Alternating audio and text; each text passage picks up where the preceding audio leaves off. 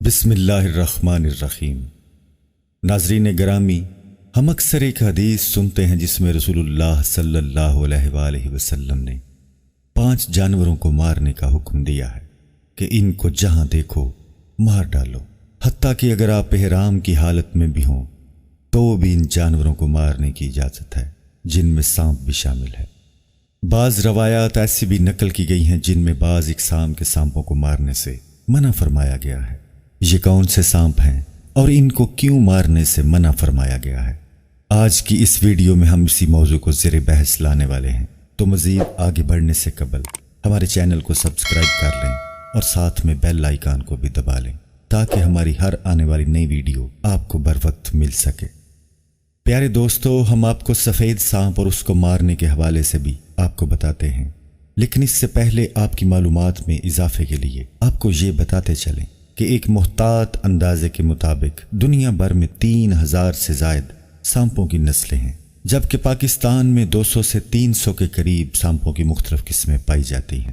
ان میں سے صرف 15% زہریلے سانپ ہوتے ہیں، جن میں 170 کے قریب مختلف اقسام کے ساتھ شامل ہیں، جبکہ دیگر سانپ زہریلے نہیں ہوتے، یا یہ کہیے کہ ان کا زہر اتنا ہلکا ہوتا ہے کہ وہ انسان کے لیے مہلک نہیں ہوتا۔ سانپ کے جبڑے میں ایک چھوٹی سی تھیلی ہوتی ہے اور اسی جبڑے میں انجیکشن کی طرح کے چھوٹے چھوٹے 2 دانت ہوتے ہیں۔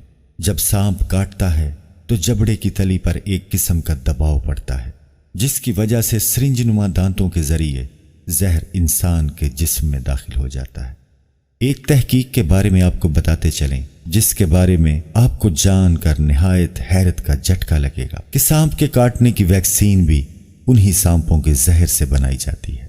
پاکستان کے دارالحکومت اسلام آباد میں واقع قومی ادارہ صحت میں سانپ کے کاٹنے کی ویکسین تیار کی جاتی ہے۔ اسی طرح سانپ کا تیل، جو کہ انتہائی مہنگے داموں بکتا ہے، اس تیل کو گنٹھیا اور جوڑوں کے درد کے لیے اکثیر خیال کیا جاتا ہے۔ اب تو سنیک آئل بالوں کی بڑھوتری اور گنج پن کے خاتمے کے لیے بھی بلند و باغ دعووں کے ساتھ مارکیٹ میں بیچا جا رہا ہے۔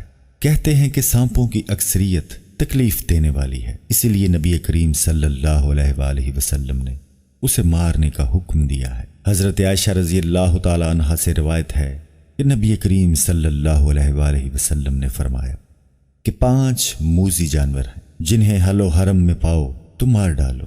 سانپ، کوا جس کے سر پر سفید نشان ہوتا ہے، چوہا، پاگل کتا اور چیل۔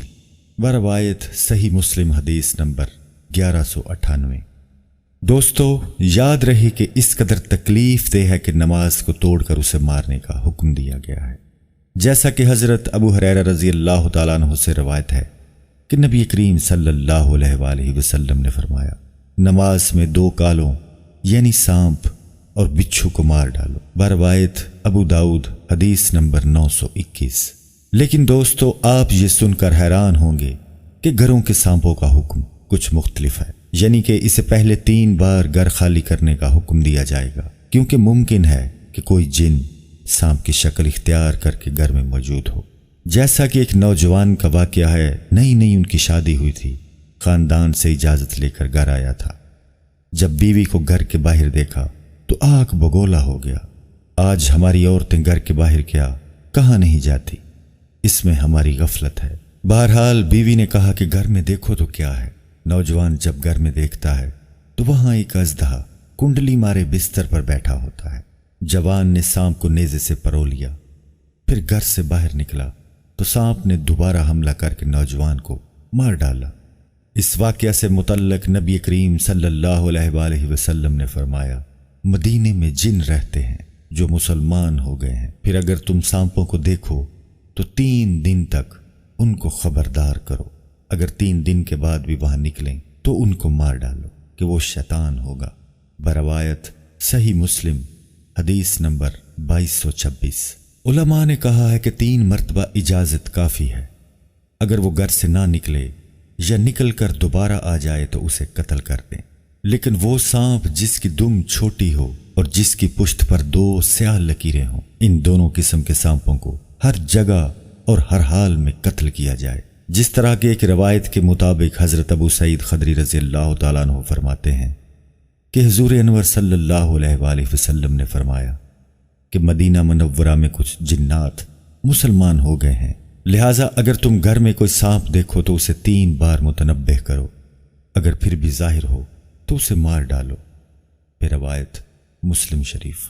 اس حدیث مبارکہ میں حضرت صلی اللہ علیہ وآلہ وسلم نے وضاحت کے ساتھ فرمایا کہ جنات سانپوں کی شکل میں گھروں میں آ سکتے ہیں، اس لیے گھر میں سانپ نکلنے کی صورت میں اہل مدینہ کو متوجہ فرمایا کہ اسے محض سانپ سمجھ کر فوراً قتل نہ کر دینا، ہو سکتا ہے کہ وہ سانپ نہ ہو بلکہ جن ہو، اس لیے پہلے اسے 3 بار وارننگ دو کہ ہمیں پریشان اور ہراساں نہ کرو اور آئندہ ہمارے سامنے نہ آنا۔ اگر وہ جن ہوا اور شریف جن ہوا تو 3 مرتبہ کی وارننگ کے بعد سامنے نہیں آئے گا، اور اگر وہ بدخصلت جن ہوا یا جن نہیں بلکہ حقیقی سانپ ہوا تو 4تھی بار بھی سامنے آئے گا، اور اگر 4تھی بار بھی سامنے آتا ہے تو خواہ وہ جن ہو یا خواہ وہ سانپ ہو اسے مار ڈالو۔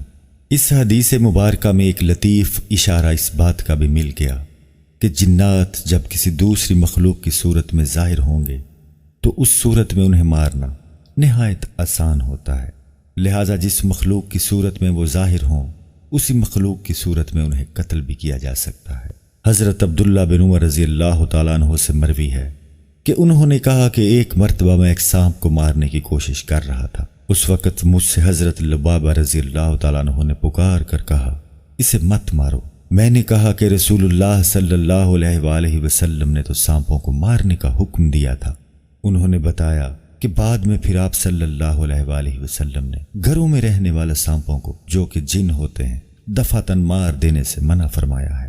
اسی طرح سیدنا ابو لبابہ رضی اللہ تعالیٰ عنہ سے روایت ہے کہ رسول اللہ صلی اللہ علیہ وآلہ وسلم نے انسان کو کیوں ان جنوں کو جو کہ گھروں میں رہتے ہیں مارنے سے منع فرمایا ہے، سوائے ان کے جن کی پشت پر کالی یا سفید 2 دھاریاں ہوتی ہیں اور جن کی دم نہیں ہوتی، بلا شبہ یہ نظر زائل کر دینے اور عورتوں کا حمل گرا دینے کا باعث بنتے ہیں۔ بروایت ابو داؤد، حدیث نمبر 5253۔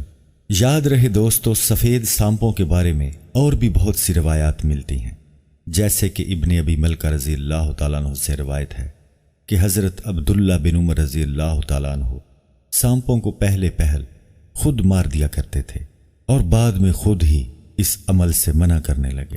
انہوں نے بیان کیا کہ نبی کریم صلی اللہ علیہ وآلہ وسلم نے ایک دیوار گروائی تو اس میں سے ایک سانپ کی کینچلی نکل آئی۔ آپ صلی اللہ علیہ وآلہ وسلم نے فرمایا کہ دیکھو وہ سانپ کہاں ہے، تو صحابہ اکرام رضوان اللہ تعالی عنہم اس کو ڈھونڈنے لگے اور آخر وہ مل گیا۔ پھر آپ صلی اللہ علیہ وآلہ وسلم نے فرمایا کہ اسے مار ڈالو، اسی باعث میں بھی سانپوں کو مار ڈالا کرتا تھا۔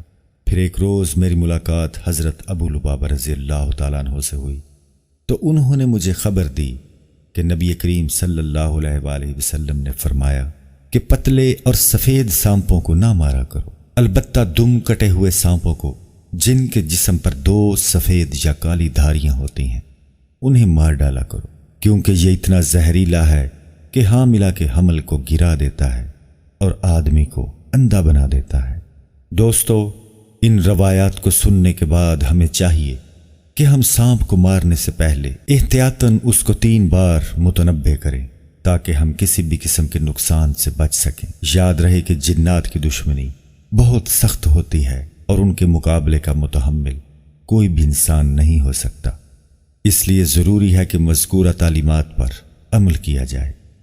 دعا ہے کہ اللہ تعالی ہمیں دین کی صحیح سمجھ عطا فرمائے اور اس پر عمل کرنے کی توفیق عطا فرمائے، آمین۔ سامعین محترم، ہم امید کرتے ہیں کہ آپ کو ہماری یہ ویڈیو انتہائی پسند آئی ہوگی۔ اگر آپ کو ہماری یہ کاوش پسند آئی ہے تو اسے دوستوں کے ساتھ شیئر کریں اور مزید ایسی ہی معلوماتی ویڈیوز دیکھنے کے لیے ہمارے چینل دراز آف نالج کو سبسکرائب کر لیں اور ساتھ میں لگے بیل آئیکن کو بھی دبا لیں تاکہ ہر آنے والی ویڈیو کی اپڈیٹ آپ کو بر وقت ملتی رہے۔ کمنٹس کے ذریعے اپنے سوالات اور خیالات ہم تک ضرور پہنچائیں۔ اللہ حافظ۔